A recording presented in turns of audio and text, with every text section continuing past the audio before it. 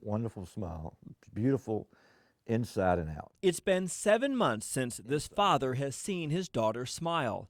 Whitney Hulse was 25, a first-year teacher, and just 2 steps away from the sidewalk when a car killed her on Shore Drive. They let him go. He answered a few questions, went home. Last month, another driver killed G.T. Goldie, a 15-year-old boy on his bicycle, less than a mile from his home. When I went in there and looked at him, I knew he just had blood coming out of every hole. It was just, when I was kissing him, trying to just ask him, don't leave me. They told me that he's not coming back. Neither driver faced charges, and records show that's usually what happens. Dozens of deadly drivers in Virginia Beach have killed without consequence. This summer on the beach, a city trash truck driver and 2 spotters walking alongside somehow didn't see this man sleeping in a beach chair. The trash truck trampled Michael Knockett. It never should have happened. And the response of the city of Virginia Beach, we feel is outrageous. A tourist snapped this photograph of Knockett moments before he died, refuting the city's contention that Knockett was hard to see. This image, according to the family's attorney, proves city crews should have seen him. If they were so distracted they didn't, he says that should be a crime. If it were not for that picture, Virginia Beach might have gotten away with another one. We believe that she never saw them, because otherwise you'd have to believe that the driver of that vehicle and the 2 city employees walking along beside her said, hey, we just ran over a guy, who cares?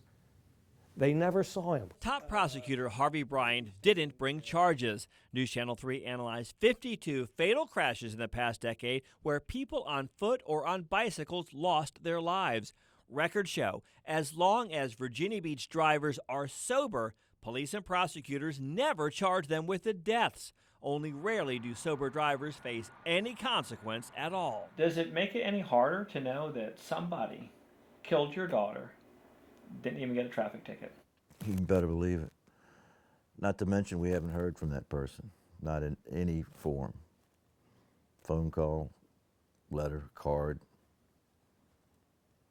nothing.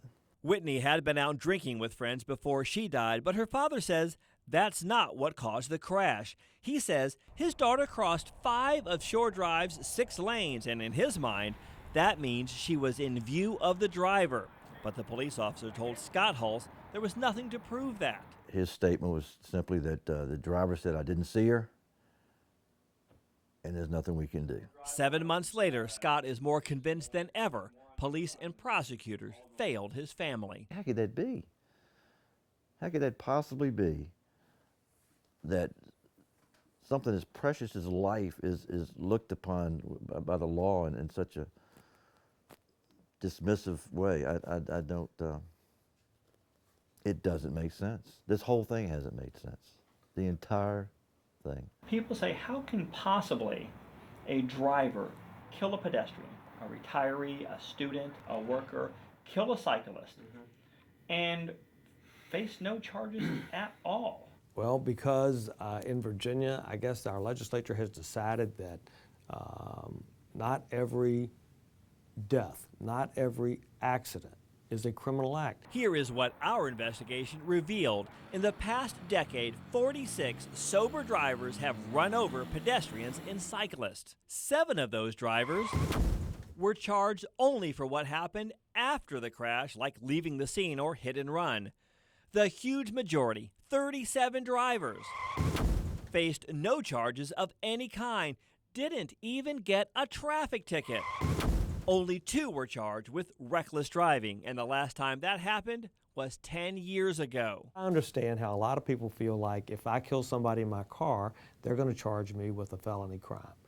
And the answer to that is not necessarily. Bryant says state law doesn't give him choices in crashes like these. He says unless you can prove the driver was criminally careless, he can't bring charges. A state study backs him up, calling Virginia's laws protecting pedestrians and bicyclists ambiguous and inconsistent.